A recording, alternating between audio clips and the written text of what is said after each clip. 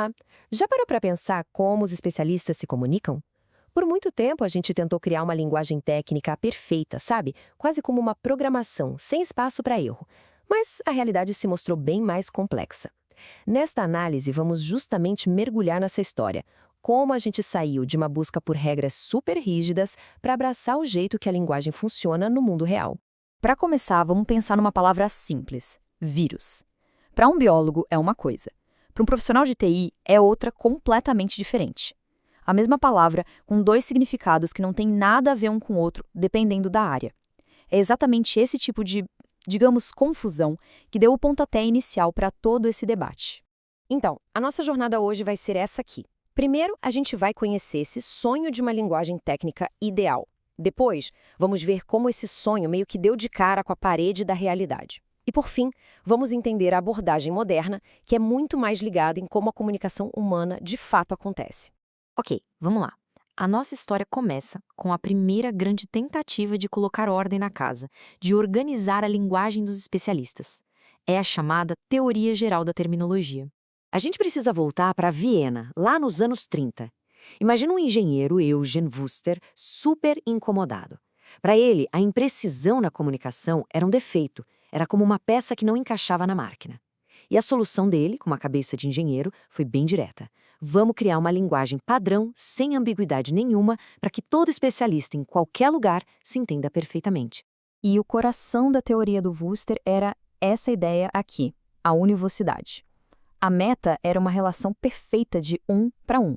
Um termo, um conceito. Um conceito, um termo. Simples assim. O objetivo era acabar de vez com sinônimos com qualquer tipo de dupla interpretação na linguagem técnica. E como isso ia ser feito na prática? Bom, o método era totalmente de cima para baixo. Primeiro, um grupo de especialistas se reunia e definia um conceito com a maior precisão do mundo. Depois, eles batiam o martelo. O nome oficial para isso é este. E pronto. A partir dali, todo mundo deveria usar aquele termo padronizado. Essa ideia de uma linguagem perfeita, super organizada, é bem atraente, né? Mas ela não demorou para encontrar um baita obstáculo: a própria realidade. Vamos ver agora as rachaduras que começaram a aparecer nesse modelo tão idealista. E olha, essa citação aqui mata a charada. A ciência não é estática, ela está o tempo todo mudando, evoluindo. O conhecimento se expande. Então, tentar congelar a linguagem com regras fixas é ignorar que a língua é uma coisa viva, que se adapta e muda junto com a gente. Então, aqui está o ponto-chave. A linguagem que os especialistas usam, por mais técnica que seja, ainda é linguagem humana. E a linguagem humana ela é meio bagunçada por natureza. Ela tem variações, sinônimos, ambiguidades. Tentar impor uma ordem perfeita vai contra o jeito que as pessoas realmente se comunicam. E a gente vê a prova disso em todo lugar. Tem variações na escrita, como atabaque com A ou T. A gente tem a polissemia, onde uma palavra como ponte pode significar coisas totalmente diferentes. E, claro, a sinonímia, a grande vilã da teoria do Wüster. Ela está por toda parte. A realidade é sempre mais rica do que a regra. E foi percebendo essas limitações que surgiu uma nova forma de enxergar a coisa toda, liderada por uma linguista chamada Maria Teresa Cabré. É o que a gente chama de virada comunicativa. Agora, olha só que interessante essa tabela. Ela mostra bem a mudança de mentalidade. A nova teoria, a teoria comunicativa da terminologia, ou TCT, não tenta enfiar a linguagem numa caixa. Pelo contrário, ela estuda como a linguagem realmente funciona na comunicação. Em vez de dizer como deveria ser, ela descreve como é. E essa nova teoria se apoia em 3 grandes pilares. Primeiro, a comunicação. Quem está falando com quem e por quê. Segundo, a linguagem. Entender os termos técnicos como parte da nossa língua de todo dia, só que usados num contexto específico. E terceiro, o conhecimento. Como a nossa mente organiza e dá nome para as coisas do mundo. Então, aqui está o pulo do gato. O que manda é o contexto. Nenhuma palavra nasce termo técnico. Ela se torna um termo técnico dependendo de como, onde e por quem ela está sendo usada. É o uso que define tudo. Ok, vamos sair um pouco da teoria e ir para a prática.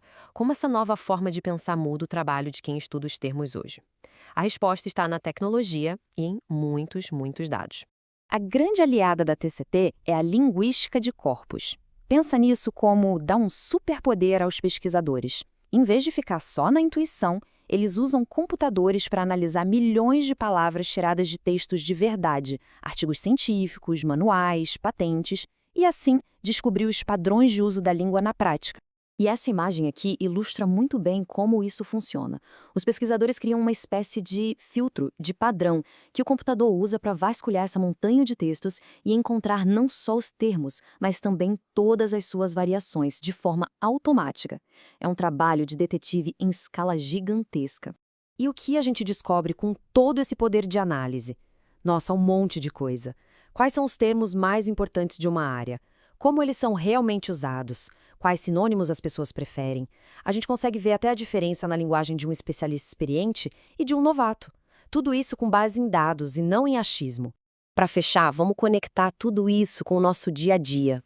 Afinal, por que essa mudança de pensamento de uma teoria para outra é tão importante para a gente? É que ao entender a variação dos termos, em vez de lutar contra ela, a gente consegue construir sistemas muito melhores. Isso impacta desde os mecanismos de busca que usamos, como o Google, até as inteligências artificiais e a qualidade das traduções de textos técnicos. Que é um exemplo bem prático. Pensa assim, um sistema inteligente que aprendeu com dados reais sabe que infarto do miocárdio e ataque cardíaco são, na prática, a mesma coisa. Com isso, quando alguém busca por um termo, o sistema pode trazer resultados do outro também, tornando a informação muito mais acessível. No fim das contas, o que fica de lição é que essa discussão toda não é só acadêmica. Ela tem um impacto direto em como a gente organiza, encontra e entende o conhecimento dos especialistas no mundo de hoje, que é movido à informação. E para terminar, fica aqui uma reflexão. Se a linguagem técnica é viva, se ela não é mais definida por um comitê de regras, quem é que decide, hoje em dia, o que as palavras significam? A resposta, o que tudo indica, não está num dicionário, mas sim no uso diário da própria comunidade de especialistas. Fica aí para a gente pensar.